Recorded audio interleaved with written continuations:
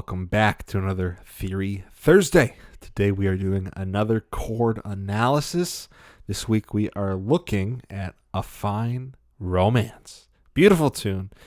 Not so much a ballad. I guess it could be a ballad, but I play it a little bit quicker than that, like a medium tempo. But I love it. Play it when I can. A Fine Romance. I'm wearing my Seiko SNKL on today. Very special watch to me. And no tie on, obviously. I'm wearing denim. As always, if you've been enjoying the tune videos, theory videos, just the music videos, all of it, a like and subscribe is always appreciated. Of course, it's not necessary. It just keeps the channel going and the community growing. And I love doing this, so I want to keep doing it. I think that's it. So without further ado, chord analysis. A Fine Romance. Let's go.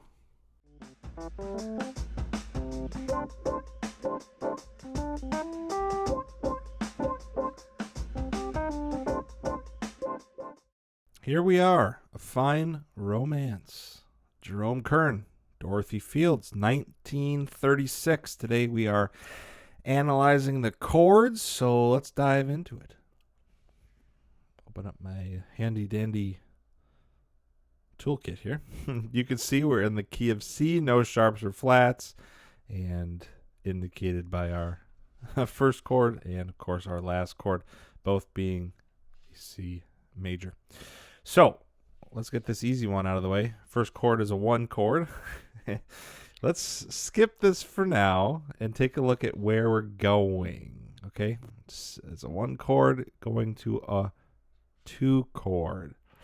Now usually, to get to a 2 chord, easy way would be to do a 5 of 2. In this case, we're going to D minor, so we would throw in an A7, and that would lead us straight to that D chord. Now, we don't have that. We have this weird C sharp thing. So what's going on here? So check this out. You can build a diminished chord off of the flat 9, the 3rd, the 5th, and the flat 7 of any dominant 7 chord. And you can replace it with that chord, and it's going to act the same way. Just to prove it to you, let's take a look at A7. Let me get in a little so I have more room. A7, built of A, C sharp, E, G. Okay. Oops. Now let's look at our C sharp diminished chord. C sharp, E, G, B flat. Now what are you noticing here? Or start here. C sharp, E, G. C sharp, E, G. Same notes. And I'll go one further. Check this out. If we make this an A7 flat 9, there's your B flat. So the only thing that this thing is missing is an A, and they're the exact same. So I always find that to be pretty cool. So that's why this works. It's the 3rd of the A7 chord, which is why we can call this a 5 of 2, because it's acting as an A7. Okay, so that's that explained. Now let's do the same thing here. That's not in the key of C, but you can see we're going to our 3 chord. Now normally we'd use a 5 of 3 to get there, and in this case, what is that? A B7 is what we would use.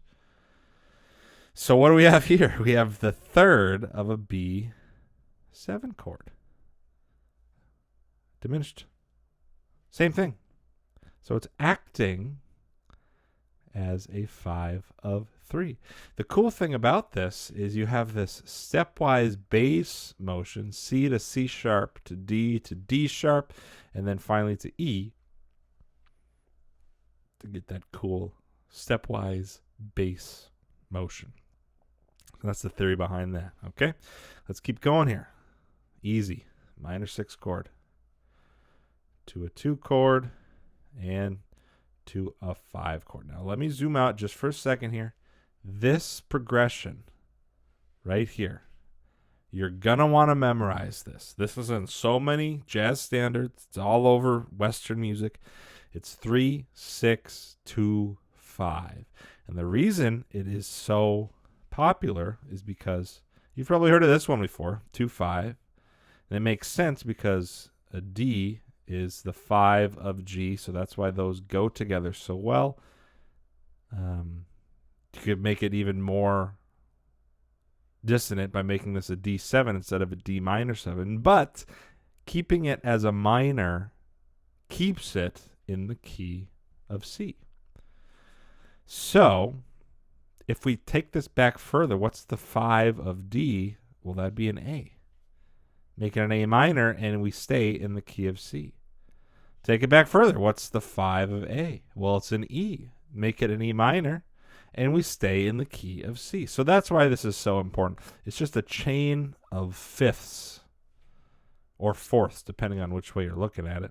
But it's just the circle of fifths. A or E leads to A, leads to D, leads to G, which of course leads to our tonic C.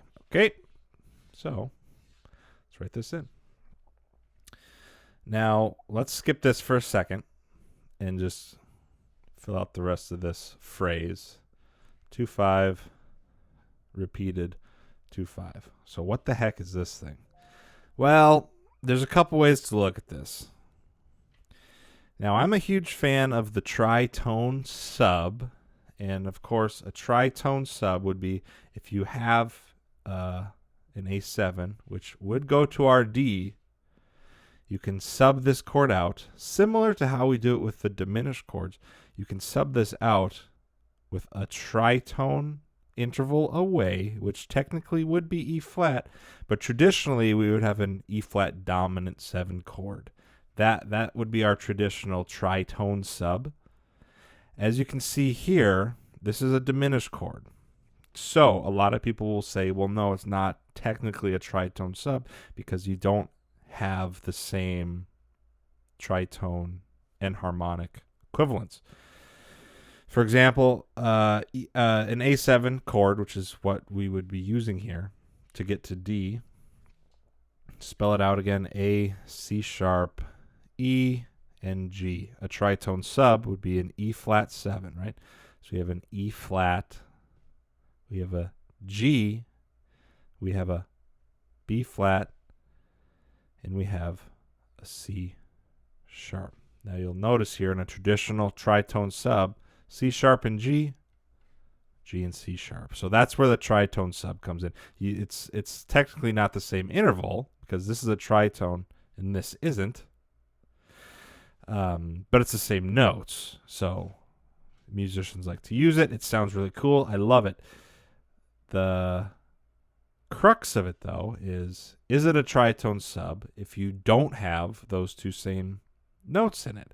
Make it a diminished chord, and we're missing out on one of those notes. However, it is a tritone away, so is that enough to call it a tritone sub? Well, it's up for debate. So for now, we're just going to call this a passing chord, and we'll see a couple more of these later on. They're better displayed later on in the tune. But essentially, it's just a passing chord to get us to D. Let me fix this up. To D minor, okay? If it was me playing this and I was quickly analyzing the chord form, I probably would just call it a tritone sub, even though it's a diminished chord and it's not a dominant 7 chord. Just going from C to E flat to D just screams tritone sub to me. It's just the diminished that throws it off. Okay, so that's the rest of that line. C to E flat. Oops, don't want to clear it. 2, 5, then it repeats 2, 5, and then of course we get back to our 1. Oh, here's our passing notes I was talking about. So, take a look at the end of this phrase. Of course, we end in a 2. Oh, geez, what is this? 2, 5, which will in turn lead us back to the beginning. So a lot of this is filler. It's a lot of passing tones, chords, of that nature. So just take a look at this. We know we're going to get to a 2-5, right, starting on this D minor. I feel like a lot of this tune is focused on getting to the 2. So you can see to get to a D minor, best way would be just to throw an A7 in there. You see, we do get an A7 right before we hit that. We also have an A7 here, so it's kind of like a trick to the listener. You hear C, and then you hear A7, and you assume the 2-5 is coming in this measure right here. But then it doesn't happen, right? We have the C, we have the A7, and then we have these passing chords, right, which I referenced up here. We have these passing chords that lead us right to E7. All right, it's just downward motion. A down to G flat, down to F, down to E. Right, it's just downward motion. We get to that E7. Of course, that E7 is a secondary dominant for A7, which is a secondary dominant for D minor. So let's write this out. We hear this A7 and we're thinking, okay, this is a 5 of 2. And then all of a sudden we get this G flat, which is nowhere in the key of C, right? So these two are passing chords leading us to this 5 of 6, right? And I write this as a minor 6 because that's what it is in the key of C, right? This could very much be leading us to an A minor. But of course, we get this A7, so we have a 5 of 2, leading us to the 2, to the 5, and the repeat symbol brings us back to the 1. Okay, so let's go down to the second repeat and see where we're at. Erase that. And maybe I should remind us where we're at. It's the end of this second line, which is where we head over to the second ending. So we have a 2, we have a 5, leading us to the 1. Okay. So 1. Now we have a dominant C7, right, which usually means we're going to a 4 chord. In this case, it's true. So we have a 5 of 4. Could do better at writing my Roman numerals. Check this out. Don't get freaked out about these slash chords. It's just changing bass notes. The top of the chord typically is what the function is. And in this case, it's true. You can see we're going to a D minor again. Best way to do that would be to throw an A7 in there, which is what we do. So this is a 5 of 2. The only reason they're throwing this E in is to get this cool bass motion. We have F down to E, down to D, right? So it's another example of that cool bass motion that we got up here. Okay, just the composers having fun with more bass voice leading. So of course, there's a 2 chord. We saw this up above already, right? Acting as a B7. So in my mind, I'm thinking, okay, this is a D sharp. We saw this before. It's probably acting as a B7, which means we're going to an E minor, which is the case. Okay. So this is acting as a 5 of 3. We get, whoops. We get our 3 chord.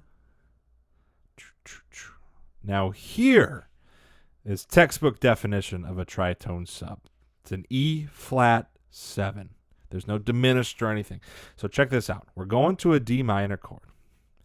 And like I said a million times with this tune, best way to get to a D minor chord is to throw in an A7, right? That's the 5. That's the dominant 7 that'll lead us to D, whether it's minor or major. The tritone sub, which maybe I'll just write it out one more time. Okay? If we have an A7, that consists of an A, a C sharp, an E, and a G. That's an A7 chord. So we could put that here, A7, and it would work out just fine. The tritone sub comes in. You take a chord that is a tritone away. So A tritone away would be E flat. You build a dominant 7 chord off it. E flat 7 would be an E flat, a G, a B flat, and a, well, you'd call it a D flat, but it's an harmonic equivalent C sharp. Okay? So what do you notice? These notes right here. And to take it one step further, just like I did up there, make this a flat 9. A7, flat 9. Guess what? We're adding a B flat, and all of a sudden, we have 3 notes in common. Okay, so that's why the tritone sub works, is you're just changing the bass note, and you have a bunch of common tones. It sounds really cool. And we get more of that stepwise motion in the bass. As you can see, E down, E flat, down to G. Okay, so a lot of bass motion in this tune. So this is a tritone sub, of an A7. Tritone sub. Leading to our 2 chord, which of course usually leads us to our 5 chord and leads us to our 1 chord our end. Now this 2-5 at the end is just if you want to repeat the head, repeat the form, anything like that. So that's the chord analysis, a fine romance. A lot of explaining on chordless diminished chords or rootless dominant 7th chords. You can build those diminished chords off the flat 9, the 3rd, the 5th, and the flat 7. And a little lesson on passing chords and tritone subs. I think that's enough information for today. Hopefully you learned something. We'll see you for the next one.